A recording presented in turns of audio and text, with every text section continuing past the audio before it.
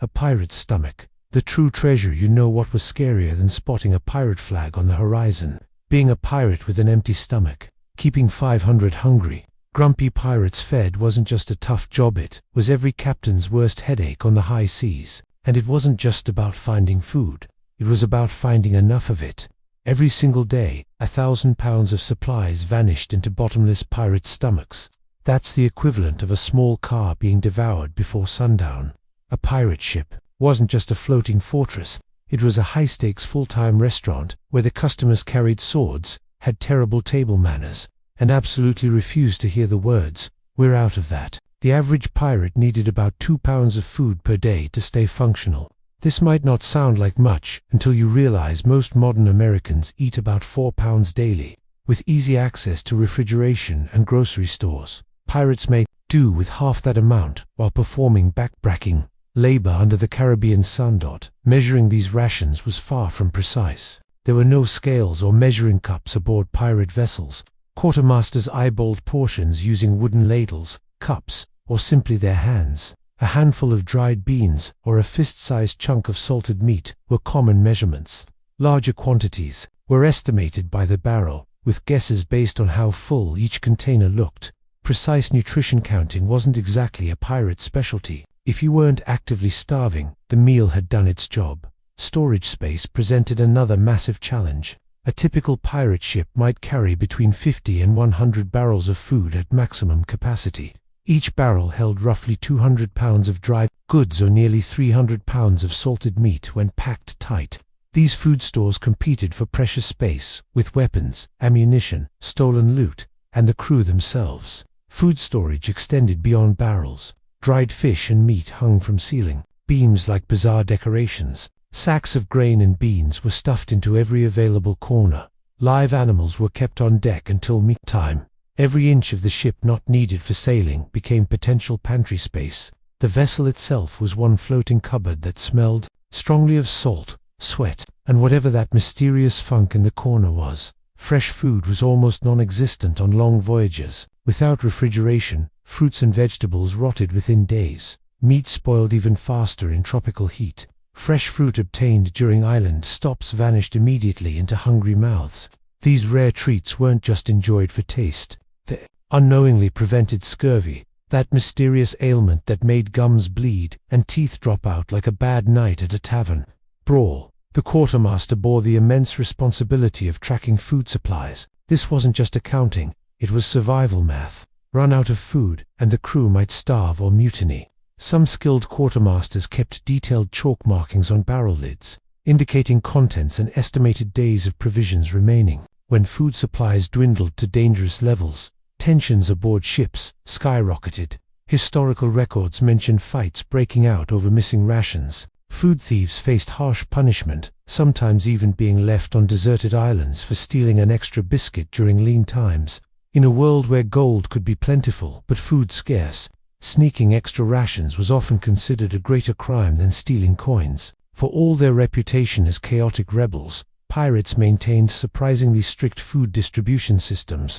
The captain and officers received slightly larger portions, but the difference was far less pronounced than on naval vessels of the era. The pirate code might have been flexible on many matters, but food sharing had rules as firm as the planks beneath their feet. A pirate could dodge the king's ships, but he couldn't outrun his own need to eat, the hunt for provisions, and so, with dwindling supplies and growing desperation, pirates turned their attention toward the horizon, seeking the one thing more valuable than gold: food.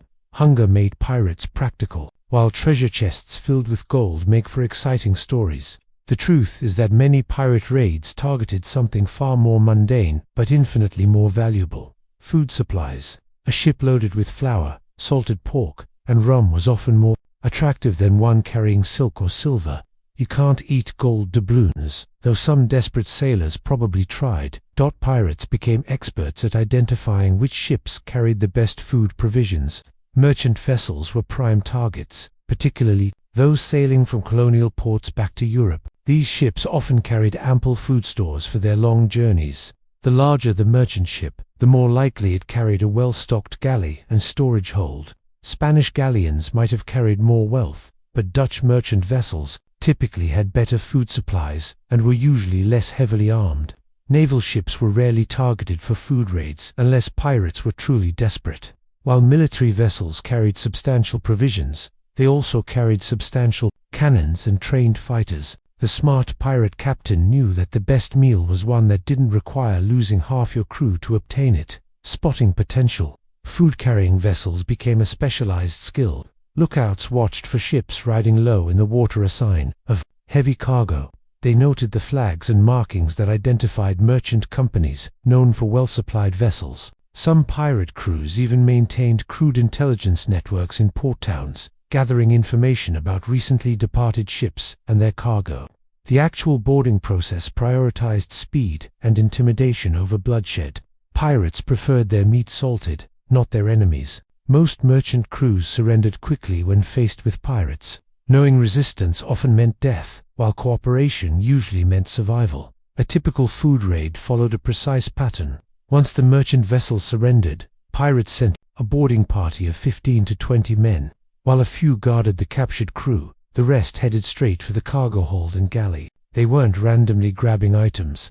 They followed a clear priority list. First came meat, the most valuable food commodity at sea. Barrels of salted beef or pork were worth their weight in silver to hungry pirates. These protein sources kept men strong and lasted months when properly preserved. Some ships carried as many as 60 barrels of meat, enough to feed the crew for more than a month. Second in importance came flour and hardtack. These staples formed the foundation of pirate diets. A barrel of flour could provide bread for 100 men for nearly a week. Pirates seized hardtack by the crate. These rock-hard biscuits might taste like salted cardboard, but they stayed edible for years. Some hardtack was so durable it could double as building material in a pinch. Alcohol ranked surprisingly high on the priority list, not just for recreation, but for practical reasons. Clean drinking water was difficult to store for long periods, while rum and wine stayed potable and boosted morale. A typical pirate might consume a half-gallon of weak grog daily, meaning a 500-person crew required massive alcohol stores. Fruit came next, especially citrus. While pirates didn't understand vitamin C, they knew that ships with access to fresh fruit had fewer cases of scurvy. Limes, lemons, and oranges disappeared into pirate sacks at remarkable speed during raids. Water barrels were the final essential target. A pirate ship required approximately 2,000 gallons of drinking water per week. Fresh water was worth fighting for, especially in tropical regions where rainfall could be unpredictable. Running on empty, not every raid succeeded. Whether naval patrols or unexpectedly fierce resistance could send pirates fleeing empty-handed. When raids failed, the backup options were limited and grim. Some crews diverted to nearby islands, hunting whatever wildlife they could find. Others risked attacking fishing vessels or coastal villages, smaller targets but easier to overwhelm. In truly desperate situations, pirates occasionally resorted to cannibalism. Court records from captured pirates include several disturbing accounts of drawing lots to determine who would be sacrificed to feed the others. These incidents were rare but showed the brutal reality of starvation at sea. Successful pirate captains learned to diversify their food acquisition strategies. They were history's deadliest meal planners. The truly prepared kept detailed knowledge of coastal locations where food might be obtained, secluded coves with fresh water, islands with fruit trees or wild pigs, and small settlements that could be easily raided. When the holds were full and the crew fed, pirates faced their next challenge: how to cook without burning down their wooden ship. This wasn't a trivial concern. A vessel made entirely of dried timber soaked in flammable tar and pitch, carrying gunpowder and packed with 500 hungry men, was essentially a floating tinderbox. One overambitious cook could turn dinner into a Viking funeral. The solution came in the form of the firebox or ship's hearth, a specially designed cooking area, typically located on the main deck near the middle of the ship. These ingenious contraptions consisted of a sandbox or brick-lined pit where controlled fires could be maintained with minimal risk to the vessel. The hearth was often the most sophisticated piece of technology on a pirate ship, surrounded by metal sheets and kept under constant watch.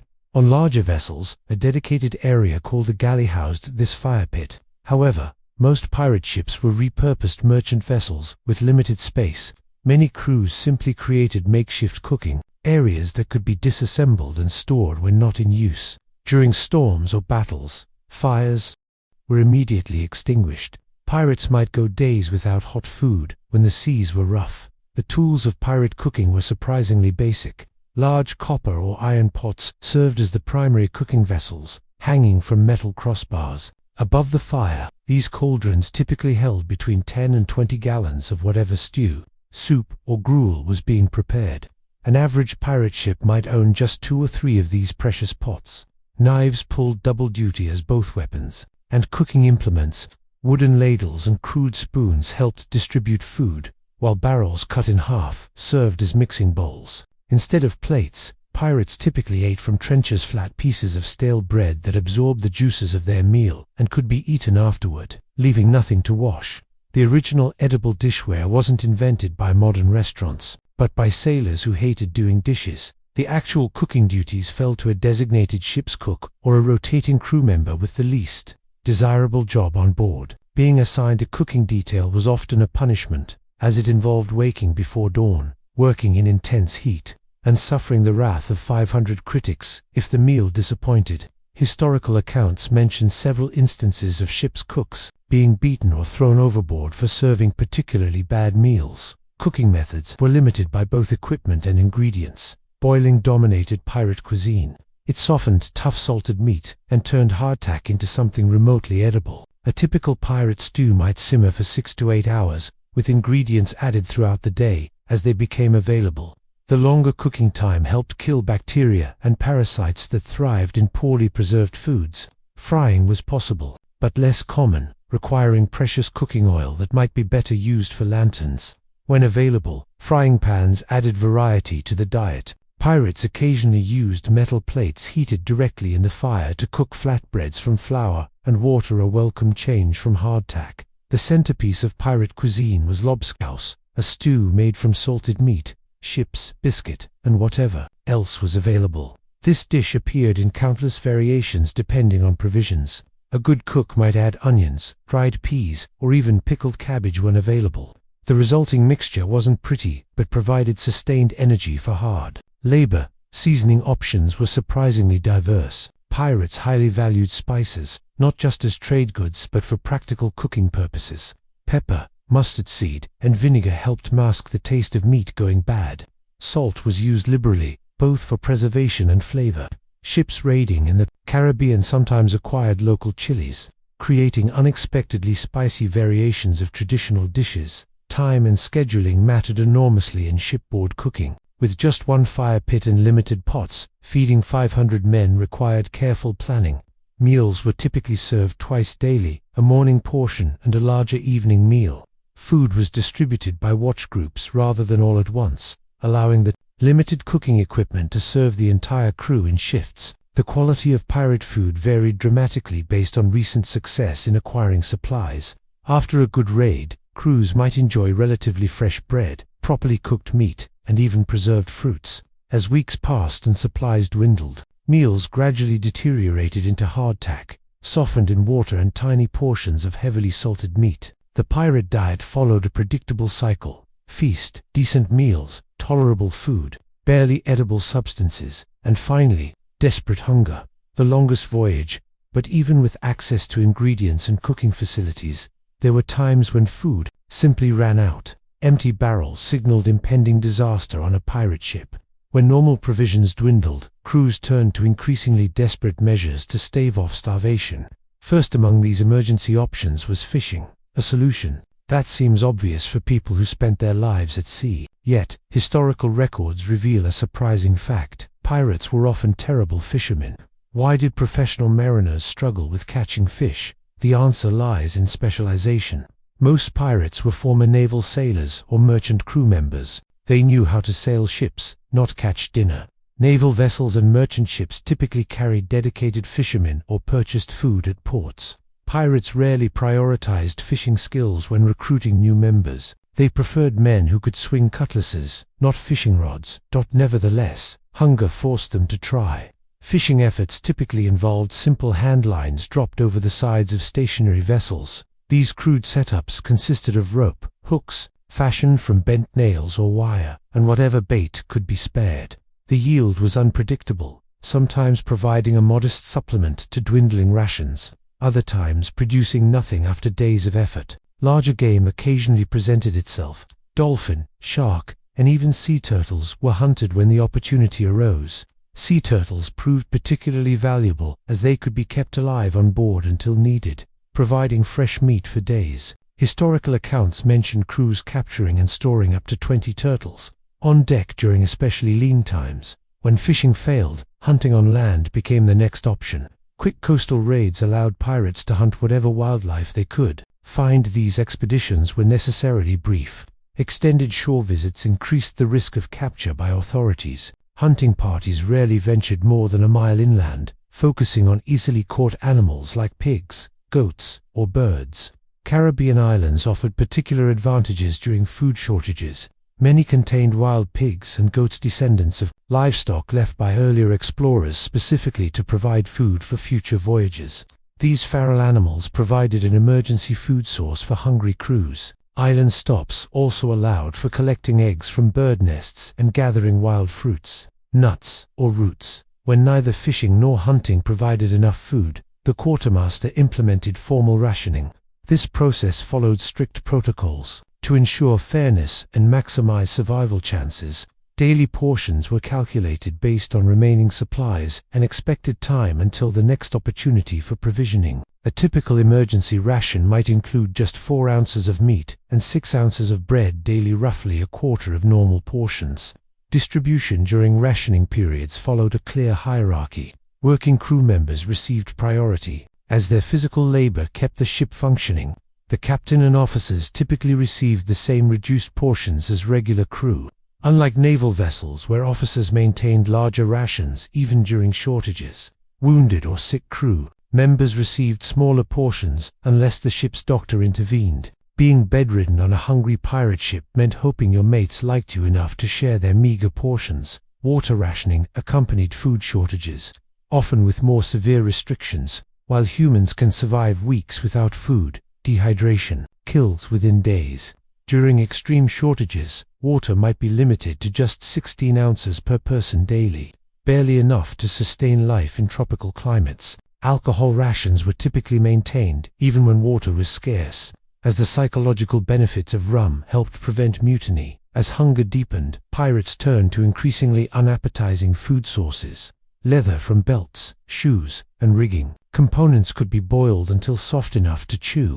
The resulting material provided minimal nutrition but helped fill empty stomachs. Candles made from tallow could be eaten in true emergencies, providing small amounts of fat and calories. Rats, normally considered pests, became valuable protein sources during famines. These adaptable rodents thrived aboard ships, feeding on crumbs and stored grain. Hunting rats became an organized activity during food shortages, with crew members competing to catch the most. Ship's cats, normally kept to control the rat population, sometimes disappeared during severe food shortages. In the darkest circumstances, historical documents contain cases of cannibalism among starving pirate crews. Court testimonies from the early 1700s describe several incidents where dying or dead crew members were consumed by their shipmates. These grim accounts typically involve drawing lots to determine who would be sacrificed to feed the others. While rare, these incidents demonstrate the extreme measures taken when all other options failed. The final emergency option, one that captains tried desperately to avoid, was desertion. When starvation seemed inevitable, crews sometimes abandoned ships, taking small boats to the nearest land or approaching vessels to surrender. This represented total failure for a pirate captain and often resulted in execution, if caught by authorities. Beyond the raid, through bitter experience, pirate captains learned that survival at sea required more than just courage and fighting skill. It demanded foresight. The most successful pirates never relied solely on raids or luck to feed their crews. They developed sophisticated strategies that went far beyond simply reacting to hunger. One such strategy was the creation of secret food caches on remote islands. These hidden supply depots served as insurance against starvation and revealed a level of forward thinking that contradicts the popular image of pirates as impulsive raiders. Mapping these cache locations became one of a pirate captain's most closely guarded secrets. Unlike fictional buried treasure maps, Food cache maps were real and incredibly valuable. Many captains memorized their cache locations rather than risk creating physical evidence.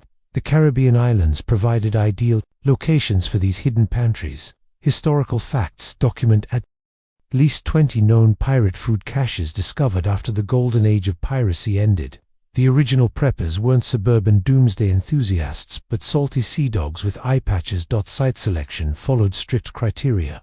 The ideal cache location needed to be accessible by ship, but not easily found by naval patrols. Small caves, hidden coves, and dense forest groves became favorite hiding spots. Some crews even constructed crude stone structures or buried sealed barrels to protect their supplies. Even more innovative than stored food was the practice of creating living food sources. Pirates deliberately released animals onto uninhabited islands, creating self-sustaining food supplies that could be harvested years later. Goats were the most commonly introduced species, chosen for their hardiness and ability to thrive on minimal vegetation. Pigs ranked as the second most popular livestock introduction. A single breeding pair could produce dozens of offspring within a year, rapidly establishing a wild population.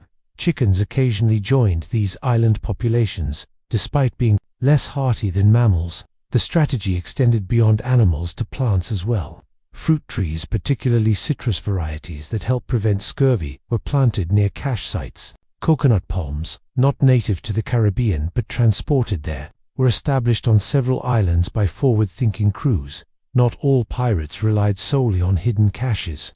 A few ambitious crews established semi-permanent bases on remote islands, maintaining rudimentary farms when not at sea. Records from 1722 mention a pirate hideout in the Bahamas that included small plots of corn, beans, and squash tended by captured slaves and crew members, too injured to sail. The battle feast, the legendary pirate crews, those whose reputations echoed across the seas, understood something fundamental. Every battle throughout history shared one common element: hungry fighters rarely won. Pirates understood this fundamental truth and developed specific food rituals before combat. Pre-battle meals served multiple purposes beyond simple nourishment. They built morale, created unity, and fortified both body and spirit for the violence. Ahead. The day before an expected engagement, quartermasters issued extra rations. These pre-battle portions typically included double the standard meat allowance and additional bread. This practice wasn't mere generosity, but tactical planning. A pirate with energy reserves fought better and longer than one weakened by hunger. Ship logs captured from pirate vessels mentioned crews receiving battle portions 24 hours before planned attacks.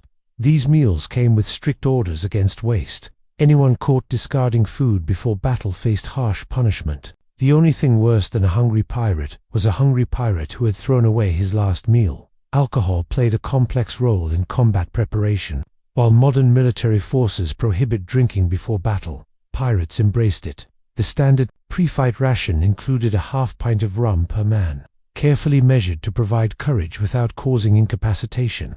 This amount, roughly 3 modern shots, delivered enough liquid courage without seriously impairing fighting ability. Captains maintained special reserves of higher quality food, specifically for pre-battle consumption. These might include preserved fruits, spiced meats, or even chocolate when available. These rare treats served as powerful psychological tools, reminding crews what successful raiding could provide, and creating positive associations with the upcoming fight. Communal eating marked battle eve on pirate ships. Unlike normal meal times divided by watch schedules, pre-battle meals gathered the entire crew when possible. This shared experience fostered unity and allowed captains to address everyone simultaneously, delivering final instructions or motivational speeches while men ate. The most important meal tradition came after combat, the victory feast, surviving a battle entitled pirates to the best available food and drink. These celebrations consumed substantial resources but served essential functions, relieving combat stress, honoring the dead, and reinforcing social bonds strained by violence. Crews that skipped victory celebrations often suffered worse morale problems than those who went hungry. Through centuries of trial and error, pirates discovered what modern nutritionists now confirm: food affects performance. From careful rationing to strategic reserves, pirates developed a complex relationship with their food that helped transform hungry sailors into history's most feared maritime fighters.